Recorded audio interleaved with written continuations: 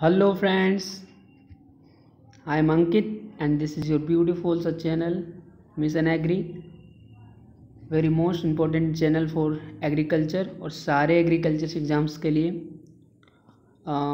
BCC, ICAR and jet BHU all exams. Okay, तो हमने बात कर रखा था मेज का, जो 6th लेक्चर ये हमारा मेज था, इस पे हमने NCERT से बाहर बात कर रखा था। ओके, और आज हम फुल NCERT पे बात करेंगे जो 100% NCERT होगा। Okay, sorry for disturbance. Okay, तो आज जो है 100% NCERT में कवर करूँगा। Please like, subscribe and share my channel. Okay, ज़्यादा से ज़्यादा शेयर करोगे। ओके, ठीक है फ्रेंड्स, तो स्टार्ट करते हैं आज का 7th लेक्चर जो कि मेज के ऊपर है और आज ही को समाप्त कर देंगे। ओके, हमने ये देख रखा था मक्का के, ये स्लाइड जो NCERT का है ये हमने पढ़ चुका था। ओके, और आज हम इनका सेकंड स्लाइड से स्टार्ट करते हैं। ओके, तो चलिए स्टार्ट करते हैं हम सेकंड स्लाइड्स।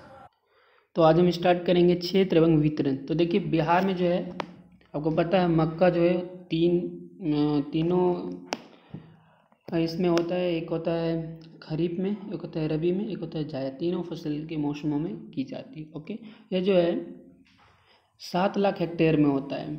ओके, और जो है उत्पादन जो 29 लाख टन, उत्पादकता लगभग 4 टन हेक्टेयर है, 4 टन प्रति हेक्टेयर में होता है। ओके गाइज, देखिए अभी एक टेबल है, इनको आपको ध्यान में रखना है। इनसे एक क्वेश्चन पूछे जाते हैं। ओके, इनसे कितना 1 क्वेश्चन पूछे जाते हैं, तो इनको आप ध्यान में रखोगे। ठीक, इन पे मैं टाइम पास नहीं कर रहा हूँ, ये खुद से पढ़ लो। ओके, चलिए आगे बढ़ते हैं। आप कमेंट करोगे मैं इन्हें भी बता दूंगा, लेकिन ये टाइम पास है। ओके, इसको खुद से भी देख सकते हो। और ये भी टेबल आप याद रखना, इनसे भी एक क्वेश्चन पूछे जाते हैं। इसमें दिया परिस्थिति दिया हुआ है, प्रभेद दिया हुआ है, ठीक, पकने का अवधि दिया हुआ है, आपका औसत और उपज दिया हुआ है, और आपका अभियुक्ति दिया हुआ है। तो ये भी आप देख लेना। ठीक, शक्तिमान 1 दिया हुआ है, जिसमें एक का आपको बता रहा हूँ, शक्तिमान 1 है इनका। ठीक, परिस्थिति 25 मई से 15 जून, ये खरीफ में आता है। ओके, इसका प्रभेद क्या, शक्तिमान 1 है जैसे। ठीक, इसका देखिए पकने की अवधि कितने दिनों में थी, 110 से 115 दिन में। ओके, और इनका उपज जो है क्विंटल प्रति हेक्टेयर में 35 से 40 होते हैं, और इनका अभियुक्ति सफ़ेद होता है। तो इस प्रकार आप इन सभी को पढ़ोगे। ओके, इन सभी को आप पढ़ोगे, देख लो इतना आपका है। ये सारे बहुत इंपॉर्टेंट है, तो इनको आप देख लेना। ठीक, ये BBI में आता है। ओके, मैं इसीलिए नहीं बता रहा हूँ, इसमें टाइम लगेगा और ये खुद से पढ़ेंगे तो हो जाएगा।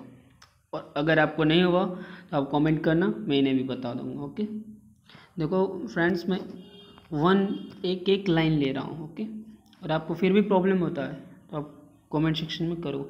मैं हर एक लेक्चर में क्वेश्चन पूछता हूँ, हर एक लेक्चर में मैं क्वेश्चन पूछता हूँ, और आप लोग का आंसर नहीं आता है। इनका मतलब आप लोग पढ़ते नहीं हो अच्छे से। एक क्वेश्चन था, अंतर्वर्ती फसल किसे कहते हैं, अभी तक आंसर नहीं आया। आंसर दो प्लीज़, मैं बोल रहा हूँ। आपका गलत होगा फिर मैं बताऊँगा आपको। ओके, चलिए आगे बढ़ते हैं। देखिए मिशन एग्री की स्टेटमेंट है, जितना भी आपको क्वेश्चन पूछा जाता है उनका आंसर दीजिए, चाहे वो सही हो या फिर गलत हो।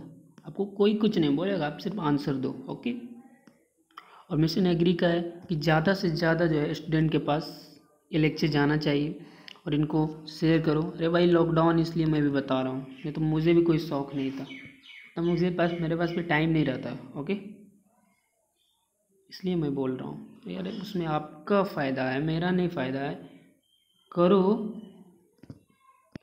ओके, तो अब बात करते हैं हम जलवायु पे। ओके, बात करेंगे अभी हम जलवायु पे। ठीक, मक्का में कैसे जलवायु चाहिए। मक्का जो मूलतः गर्म मौसम का पौधा है, ये आप सभी को पता होगा। ठीक, ये मक्का कौन सा गर्म मौसम का पौधा है। ठीक, और अंकुर के समय जो है, जब उनका अंकुरन होता है, ठीक, तो इसमें 21 डिग्री सेल्सियस तथा वृद्धि के समय 32 डिग्री सेल्सियस तापमान उपयुक्त माना जाता है। ठीक, अंकुरन के समय कितना, अंकुरन के समय 21 डिग्री सेल्सियस, और जो है जब वृद्धि होगा, वृद्धि के समय जो है 32 डिग्री सेल्सियस उपयुक्त माना जाता है। ओके, देखिए नरमंजरीय निकलते समय अधिक तापमान तथा कम नमी होना हानिप्रद है। जब नर मंजरिया निकलेगा, यानी नर मेल जो है वो निकलता है, ये आप देख रहे हैं, ये जो मेल निकलता है ऊपर की तरफ, ठीक। तो उसके निकलते के समय जो है तापमान जो है अधिक तापमान तथा कम नमी नहीं होना चाहिए, वो बहुत ही हानिकारक होता है। ओके।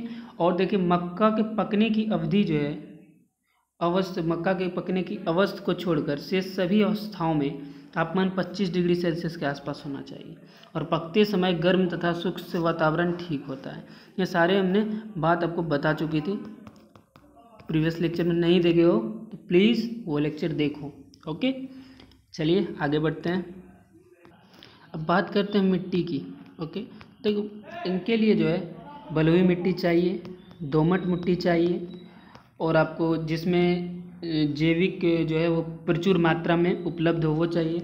और जो है मृदा का जो है पीएच मान ये कितना 5.5 से 7.75 उपयुक्त माना जाता है, सबसे बेस्ट होता है। ओके। और जो है मक्का जल जमाव के प्रति संवेदनशील है, ठीक। ये लिखा हुआ है एनसीईआरटी में, मक्का के खेती के लिए अच्छी जल निकासी वाली उपजाऊ, ठीक, दोमट जो हम बताया आपको, जैवांश प्रचुर मात्रा में हो और पीएच मान 5.5 से 7.5 उपयुक्त माना जाता है। ओके। और जमाव के प्रति संवेदनशील है, ठीक। अब हम बात करेंगे शस्य क्रिया पे। ओके, अब हम बात करेंगे शस्य क्रिया पे, क्या है ये। ओके, आया समझ में ना? बढ़िया। चलिए, शस्य क्रिया के अंतर्गत, ठीक, शस्य क्रिया के अंतर्गत पहले आता है खेत की तैयारी। देखिए मकई की जो है बुआई के लिए 1-2 गहरी जुताई करके पाटा चला देना चाहिए। जब मक्का का बुआई करेंगे तो 1 या 2 गहरी जुताई करेंगे, डीप में होना चाहिए, ठीक।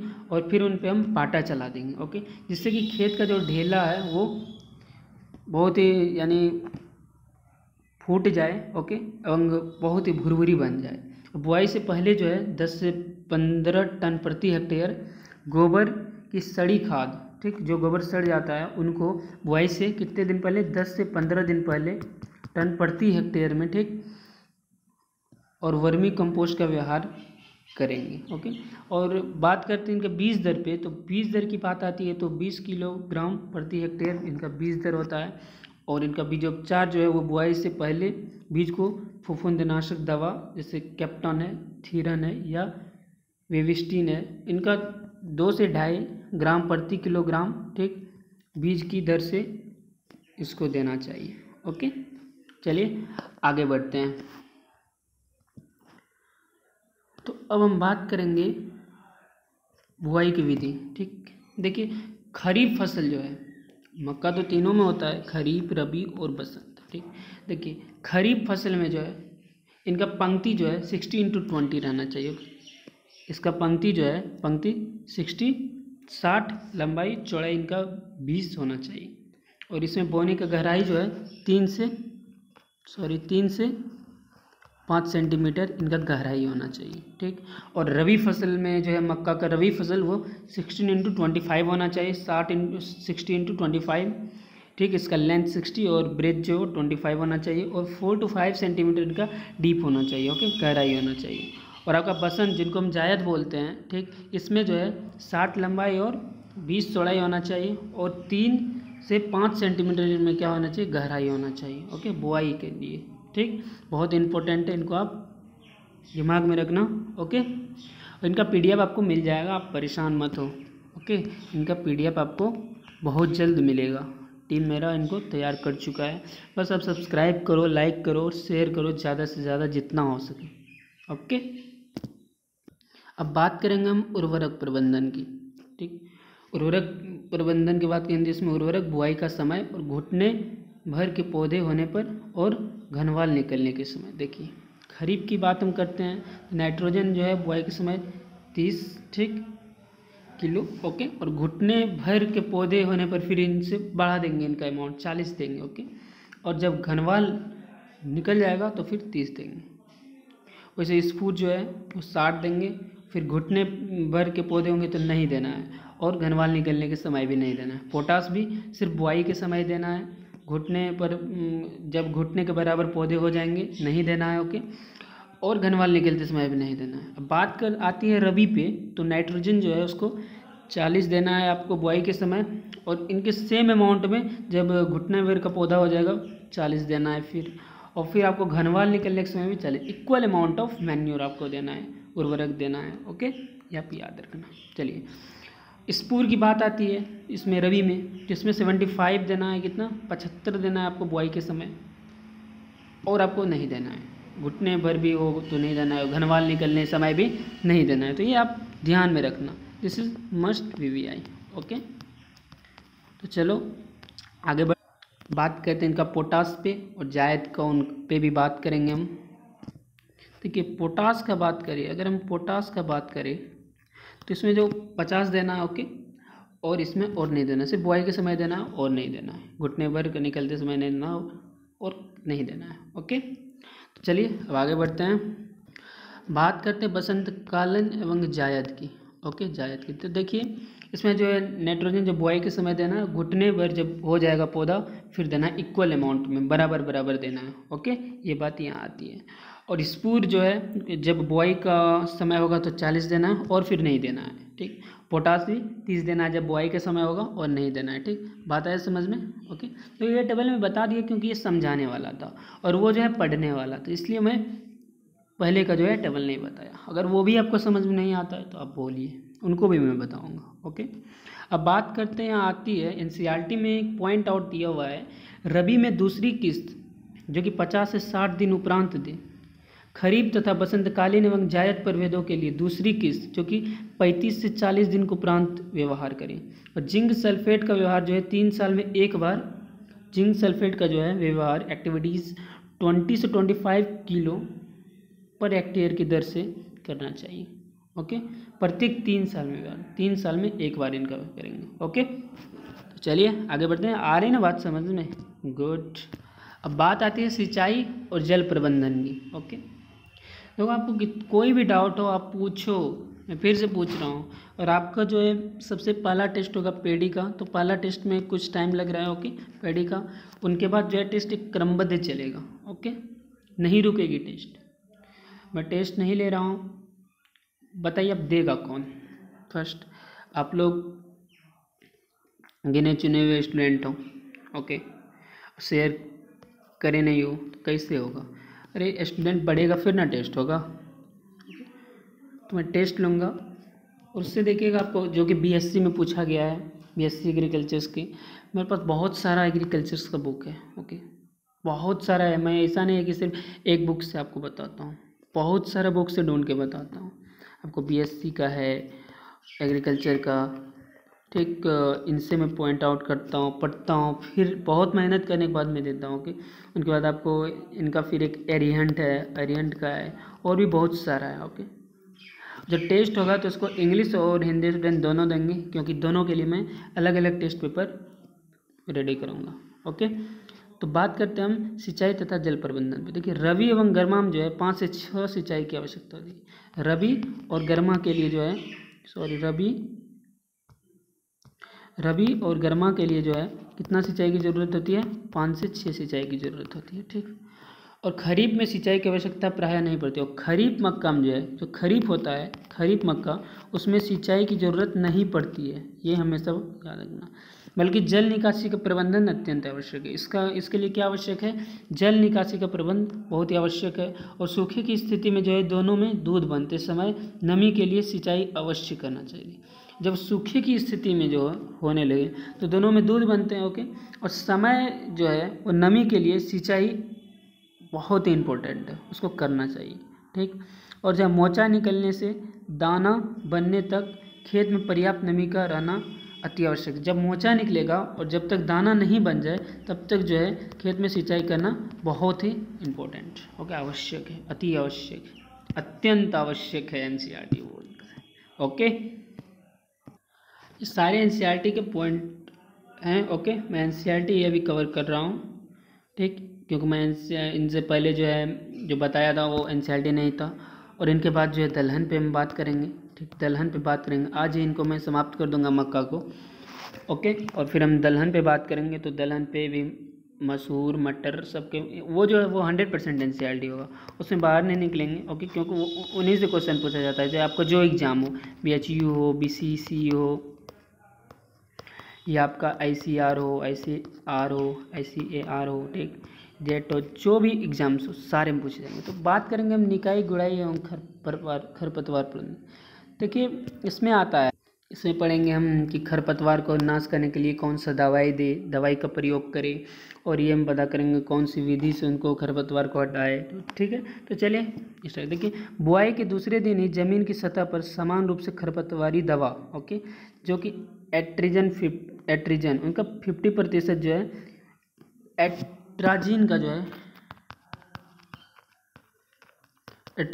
जो है 50%, ठीक, 1.5 किलोग्राम, ठीक, सक्रिय तत्व में जो है 3 किलोग्राम दवा को 600 से 700 लीटर पानी में घोलकर प्रति हेक्टेयर डालेंगे, ठीक, और उसको छिड़कावा करेंगे। और इस खरपतवारनाशी का छिड़काव जो है किनका, एट्राजीन का, बुआई के 25 से 30 दिन बाद भी रबी मक्के में किया जा सकता है। रबी मक्का में जो है एट्राजीन का प्रयोग 25 से 30 दिन बाद भी किया जा सकता है, ठीक। खरपतवारनाशी एक यहाँ दिया हुआ है क्या, एट्राजीन, ठीक।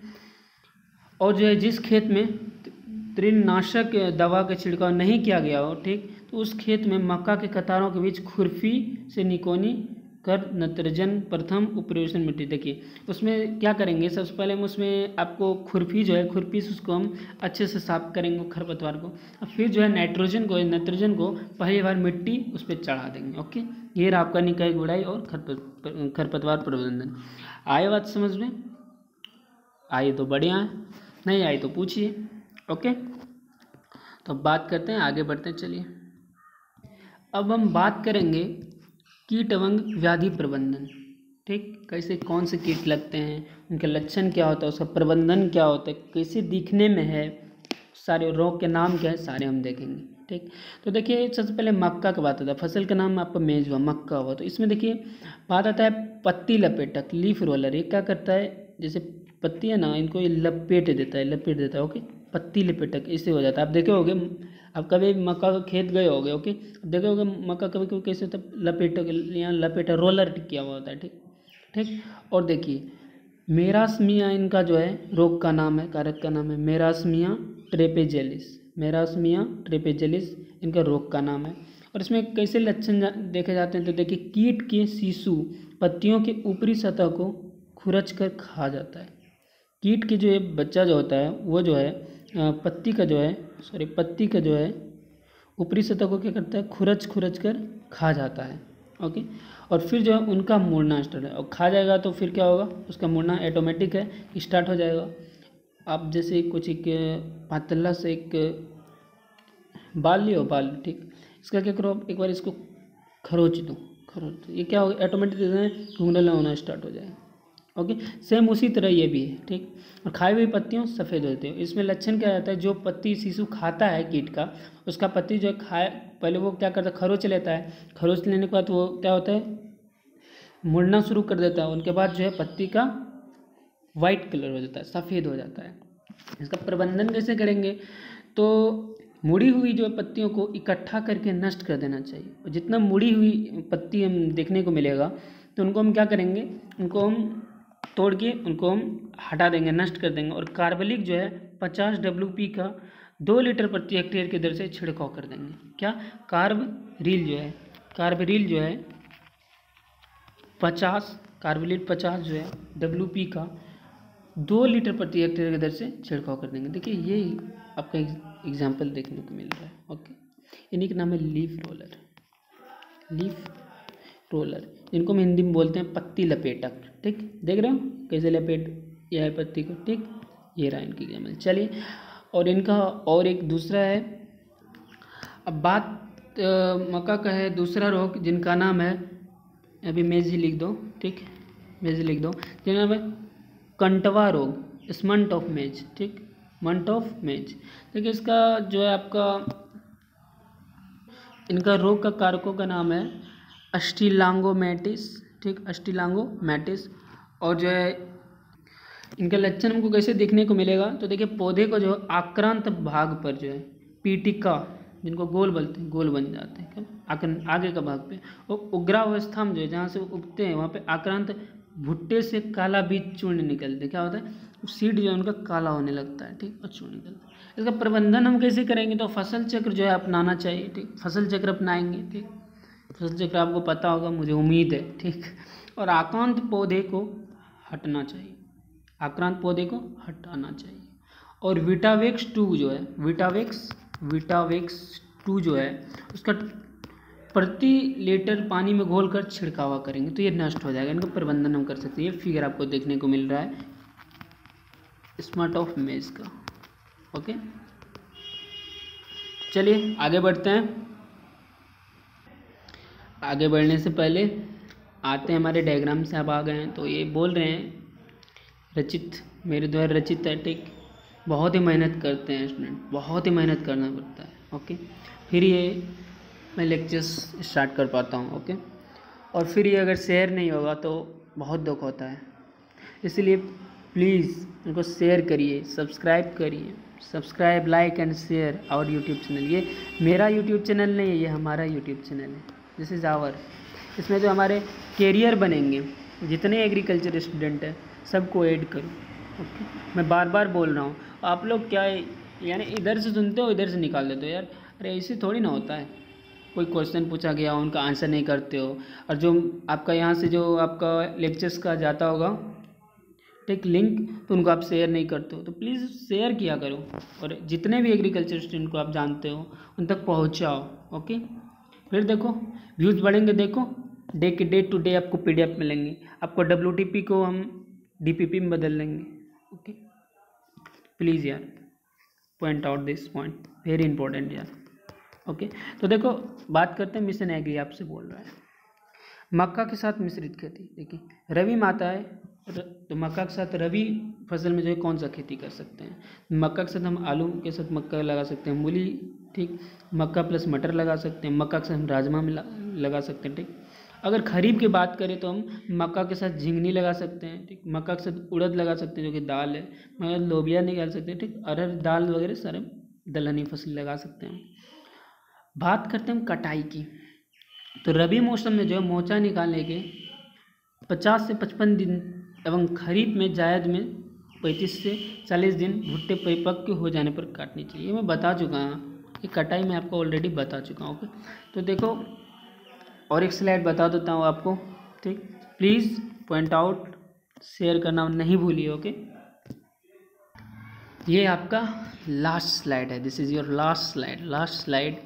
और आज जो हम मक्का महाराज को अलविदा करेंगे, और इस पे क्वेश्चंस फिर करेंगे। ओके, टेस्ट होगा तो क्वेश्चंस करेंगे, ठीक। तो यहाँ भी हम मिशन एग्री आपको बोल रहा है, please subscribe, like and share our YouTube channel. Okay, तो देखिए खाद्यान्न फसलों में जो है मक्का, पॉइंट क्या है आपको पता है ना, QPM, क्वालिटी प्रोटीन मक्का, क्वालिटी प्रोटीन मक्का, QPM का फुल फॉर्म क्या होता है, QPM का फुल फॉर्म होगा आपको क्वालिटी प्रोटीन मक्का। तो देखिए खाद्यान्न फसलों में जो है मक्का की विशेषता यह है कि इसकी खेती सभी मौसम में की जा सकती है। खाद्यान्न फसलों में मक्का की विशेषता क्या है कि ये खेती जो है मक्का की खेती एक ऐसी खेती है जिनको हम सभी मौसम में कर सकते हैं। उसका रबी, खरीफ और जायद, और इसकी उपज क्षमता जो है क्षमता भी सबसे अधिक होती है। बिहार में जो भी बहुत जगह पे इनको किया जाता है, ठीक। और मक्का में जो है उच्च कोटि के प्रोटीन की कमी के कारण जो है ओके, और मक्का में जो है उच्च कोटि के प्रोटीन की कमी के कारण जो है इसे पोषण के दृष्टिकोण से कमजोर आहार माना जा रहा है। ओके, और परंतु क्वालिटी प्रोटीन मक्का जो है, जो कि पॉइंट आउट है, क्वालिटी प्रोटीन मक्का जो है किस्मों के आ जाने से मक्का खाद्यान्न तथा पोषण सुरक्षा के दृष्टिकोण से एक महत्वपूर्ण फसल हो गया। किसके आने से, QPM के आने से, क्वालिटी प्रोटीन मक्का के आ जाने से, ठीक। देखिए क्वालिटी प्रोटीन मक्का के लिए अनुशंसित जो है प्रदेश शक्तिमान फर्स्ट है, शक्तिमान फर्स्ट 2 है, शक्तिमान 3 है, 4 है, ठीक। शक्तिमान 5 है।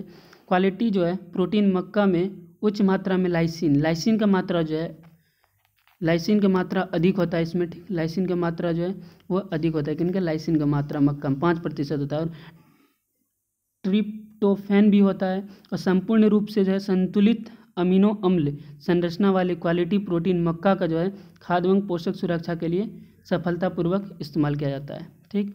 तो आपका मक्का जो हुआ इसका बाय बाय बायो, ओके। और इनका जो है WTP ये बहुत जल्द आएगा। ओके, बहुत जल्द आएगा। प्लीज़ सब्सक्राइब करिए, शेयर करिए और लाइक करिए। फिर देखिए मैं कितना टेस्ट लेता हूँ। ओके,